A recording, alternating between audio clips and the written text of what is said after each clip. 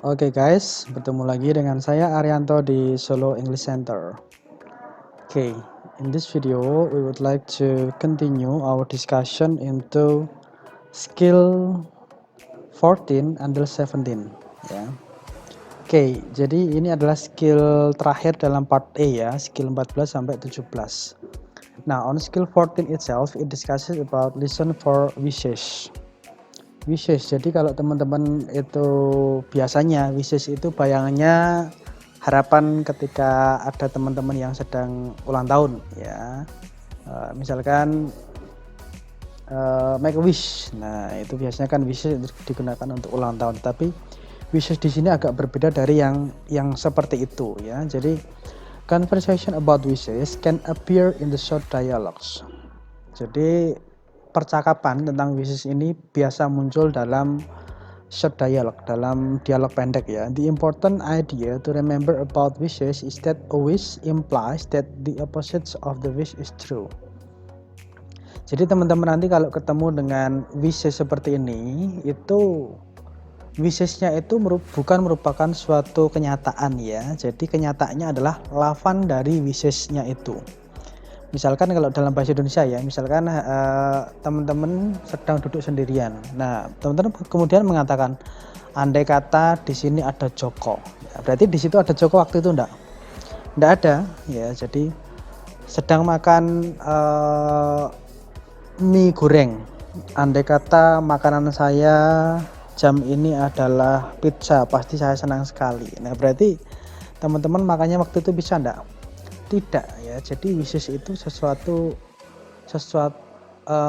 ungkapan yang dia menyatakan hal yang tidak sebenarnya. Nah, yang sebenarnya itu apa? Yang sebenarnya adalah yang sebaliknya dari wishesnya tersebut ya. Nah, ini adalah kunci yang perlu diingat ya. Yang pertama, an affirmative wishes implies a negative reality. Jadi kalau wishesnya itu positif, maka realitasnya adalah negatif. I wish I had a time to help. Janjane saya harap saya punya waktu untuk membantu. Berarti punya waktu enggak punya. Jadi dia in reality he has no time to help. Sebaliknya, a negative wish implies an affirmative reality. Jadi kalau wishesnya itu adalah suatu negatif, maka faktanya adalah suatu positif. I wish I did not have time to help. Aku harap aku tidak punya waktu untuk membantu. Nah, berarti dia punya waktu enggak? Punya waktu. Mungkin dia sedang capek, tetapi dia tidak sedang mengerjakan apapun. Terus kancamu teko, Jan, dia waktu pora. Nah, kamu sedang tidak mengerjakan apa-apa, tapi badanmu capek. Maka kamu geremeng. I wish I did not have time to help. Nah, begitu. Tapi faktanya kamu punya waktu, ya. Jadi positif, negatif, positif. Gampangnya gitu saja. Nah, kunci yang kedua adalah a past tense verbs implies a present reality. Jadi kalau kamu mengucapkan dalam bentuk past tense, maka realitasnya adalah present tense ya. Tapi kalau ungkapanmu itu past perfect, maka realitanya adalah past tense. Contohnya begini. I wish he were at home. I wish he were at home. Berarti he is not at home. Nah, begitu. Jadi past realitanya adalah present. Kenapa he pakai were? Untuk wish semua subjek menggunakan were. Entah itu I, entah he, she, he, it, maka juga menggunakan were. Kemudian yang past perfect itu implies past reality. I wish he had been at home. He was not at home. Jadi begitu. Ada mundur satu tensesnya, mundur satu step ya. Kalau past menjadi present, kalau past perfect menjadi past tense. Begitu. Itu keywordnya yang perlu diperhatikan ya. Nah, contohnya di sini ada seperti biasa ya, ada dua orang yang ngomong antara man and woman. It's too bad that you have to stay here and work during the school break. I really wish I could go with you and the others. I really wish I could go. Ingat tadi kalau positif berarti negatif. Maka kita cari yang negatif ya. Maybe he will go. Positif negatif? Positif ya. He is unable to go. Positif atau negatif? Negatif ya. He is happy to be going. Positif atau negatif? Positif. D positif atau negatif? Positif ya. Maka meskipun batnya di sini negatif, dia tetap positif ya. Maka kalau ketemu dengan pola jawaban yang sudah jelas seperti ini, tidak perlu dicari artinya, jawabannya otomatis adalah B ya.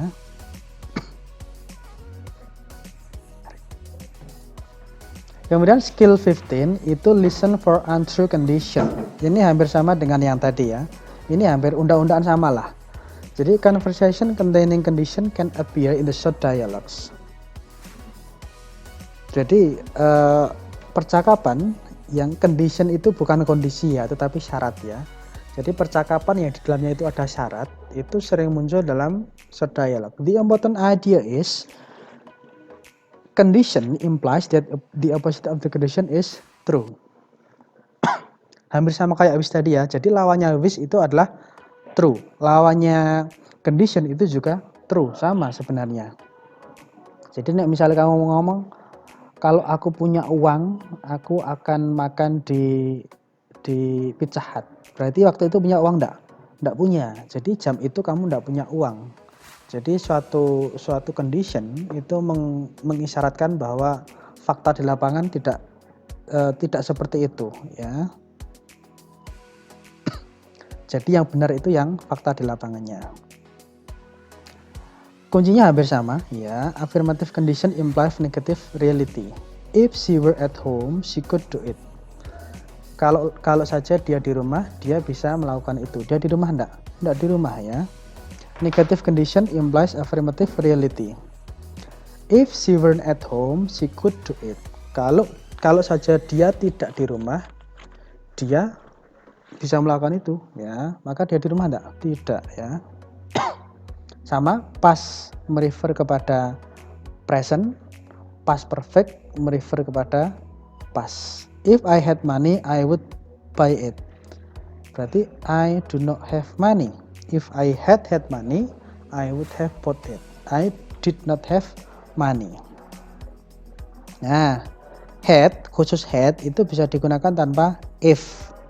Jadi misalkan if I had tadi, maka menjadi had I had money, I would have bought it. Ya, berarti I did not have money. Gitu ya. Khusus untuk had, yang lainnya enggak bisa. Jadi khusus had dia bisa dilakukan suatu pemendekan atau omitting. If-nya itu diomit, dihilangkan. Tapi posisi had-nya menjadi di depan, I-nya setelah had kata kerja bantu ya. Begitu. Ini kata cara pengerjaannya sama dengan wish tadi. Kalau wish-nya positif, maka faktanya negatif. Kalau wish-nya negatif, faktanya positif. Sama dengan condition itu. Kalau kondisinya positif, maka realitanya negatif. Kalau kondisinya negatif, realitanya positif. Berarti berlawanan lah jawabannya. Contohnya begini ya. Do you think that you'll able to go to the party? If I had time, I would go. If, kalau saja saya punya waktu, berarti punya waktu enggak? Enggak ya. Maka kalau dia kalimat positif, maka cari yang negatif. Negatif mana? Maybe she will go. Tidak ada indikator negatif ya. She has time and she'll go. Tidak ada negatifnya. She is going even she doesn't have time. Tetap yang ganggu adalah she is going. Negatif, positif, positif. Yang D, it is impossible to go. Maka jawabannya adalah D ya. Kenapa negatif? Karena impossible itu adalah yang itu membuat negatif dari kata possible. Dia tidak mungkin pergi. Kenapa? Karena dia tidak punya waktu. Taunya dari mana? Taunya dari pengandaian itu ya. Pengandaiannya itu adalah lawan dengan kenyataan. Begitu. Nah, sekarang listen for 2 and 3 part verbs. Intinya begini. Intinya di sini adalah kalau kita bilang dia adalah suatu idiom. Idiom itu dua kata yang digabungkan menjadi satu, tetapi memiliki makna yang berbeda.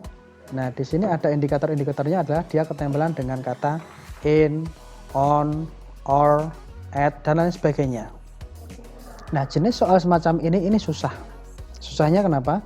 Karena teman-teman harus terbiasa terekspos dengan kata tersebut. Kalau tidak biasa, maka tidak akan ketemu artinya. Tapi nanti akan saya kasih trik bagaimana cara pengerjaannya. Ya.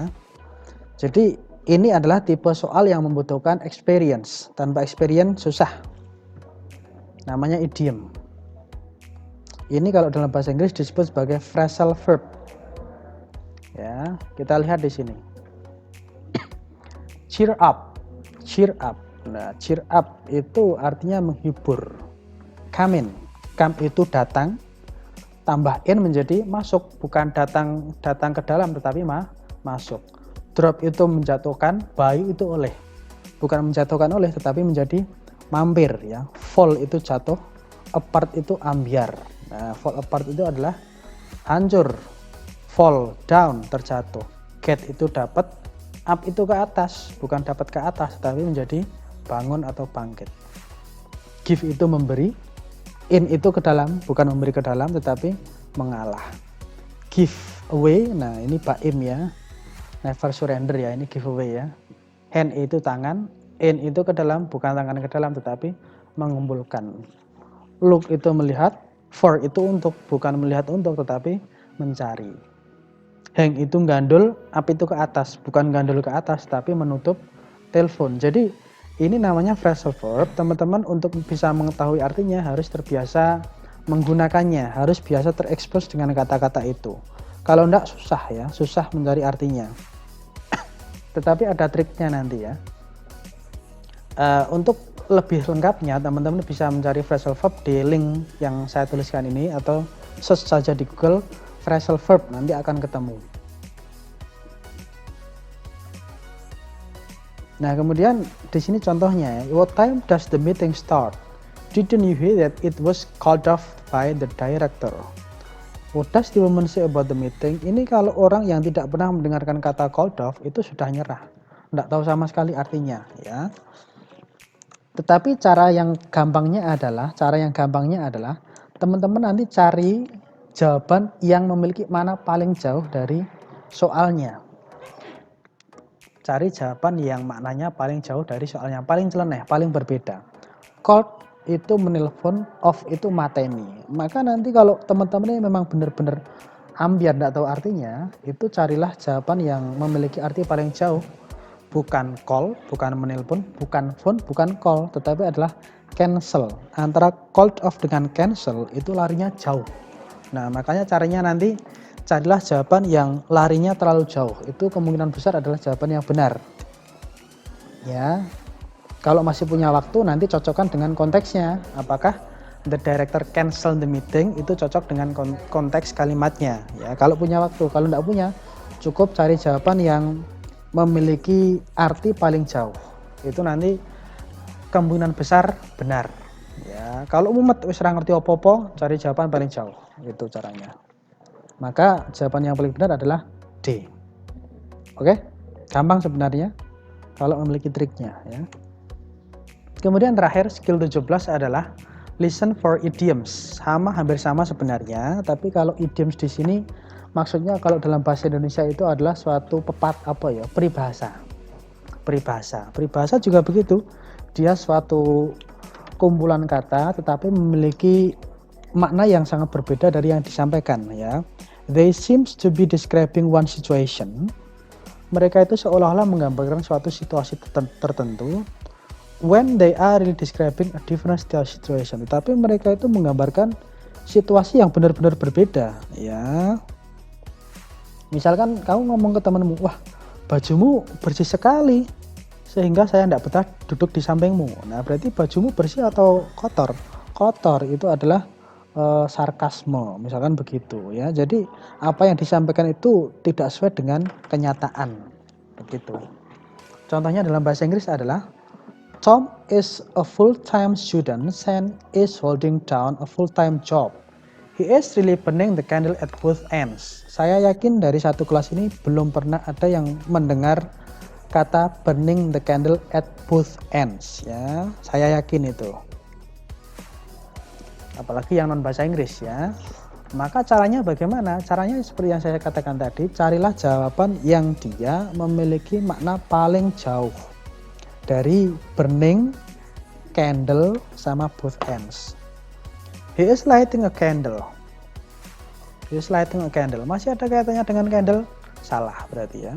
He is holding the candle. Masih ada candlenya? Salah. Maka ada dua yang kemungkinan jawabannya. Yang pertama adalah he is doing too much atau he is working as firefighter. Yang paling jauh yang mana? Firefighter masih ada hubungannya dengan burning ya. Maka yang paling jauh adalah he is doing too much. Itu kalau kita menggunakan strategi yang benar-benar blong-blongan ya. Kita memang tidak tahu apa-apa di dalamnya.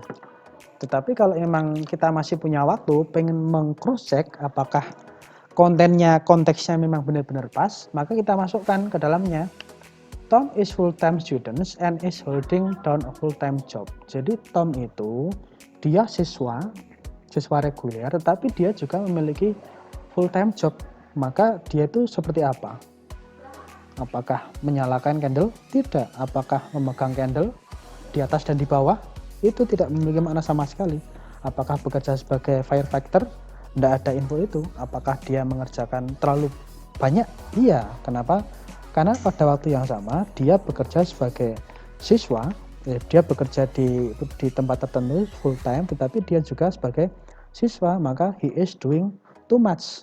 Secara konteks, secara konten betul, secara strategi bodon juga betul. Nah, maka nanti teman-teman bisa memilih di antara keduanya. Ini penjelasannya ya. In this questions, the item burning the candle at both ends has nothing to do with candle. Tidak ada hubungannya dengan candle sama sekali ya. And nothing to do with burning or fires. Dan tidak ada kaitannya sama sekali dengan membakar atau api. Ya, maka jawaban A, B, and also D are not correct. Instead, this idiom is an expression that is used in a situation when someone is trying to do more than he or she really can do. Tetapi situasi ini menggambarkan bahwa ketika seseorang itu berusaha melakukan sesuatu yang lebih dari kemampuan dia. Ya, after all, a candle usually only burns at one end. Jadi biasanya kalau dibayangkan, lilin itu biasanya hanya dibakar satu ujung saja, ya. Tapi di sini candle that burns at two ends. Jadi kalau kita melihat kok ada candle, kok ada apa itu, ada lilin dibakar di kedua ujung, berarti kan itu berlebih-lebihan. Ya, maka the best answer is C. Jadi secara makna literal pun itu juga hampir menyamai, tetapi bukan berhubungan dengan candle ataupun berhubungan dengan api ataupun berhubungan dengan membakar, tetapi sesuatu yang sangat berbeda. Oke, itu ya, itu skill 14 sampai 17. Nanti teman-teman kalau memang latihannya bisa menyesuaikan dengan dosennya masing-masing ya, nanti akan dikirim dalam bentuk Google Form ataupun yang lainnya, silahkan menyesuaikan ya. Semangat belajar dan terima kasih.